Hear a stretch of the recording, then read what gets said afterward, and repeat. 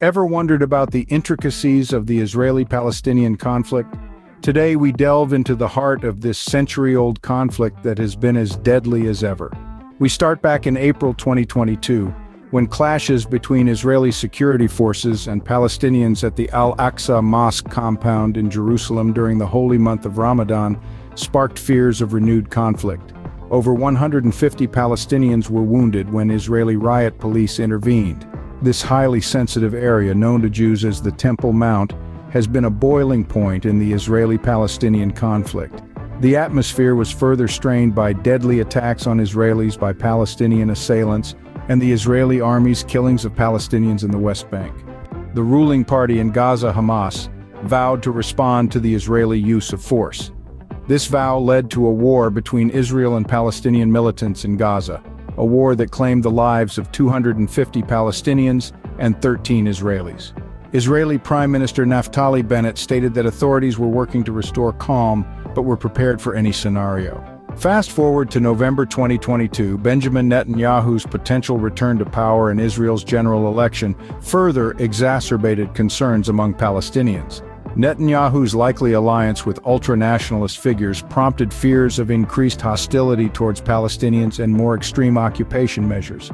This potential shift in power led to a flare-up of violence in the West Bank and Gaza.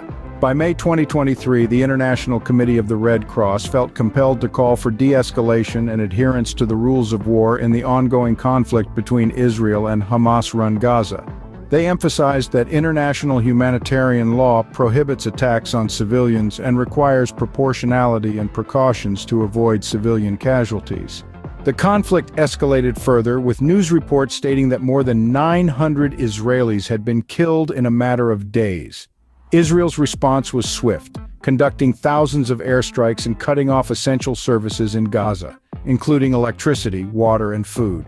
The Israeli offensive against Hamas continued, leading to an increase in reservists reporting for duty and parents saying their goodbyes as their sons left for the battlefield.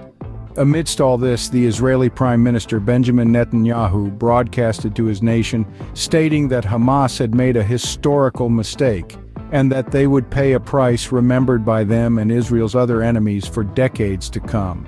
Despite the escalating conflict and the immense sense of trepidation among civilians, there was a strong sense of national unity in Israel, with the country under attack.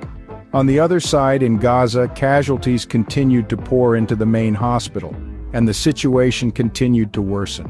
To sum up, the Israeli-Palestinian conflict, a century-old conflict, remains as deadly as it's ever been. From clashes in Jerusalem to the potential shift in power in the Israeli government, to the escalating violence and the call for adherence to the rules of war, this conflict continues to affect both Palestinians and Israelis caught on the anvil of war.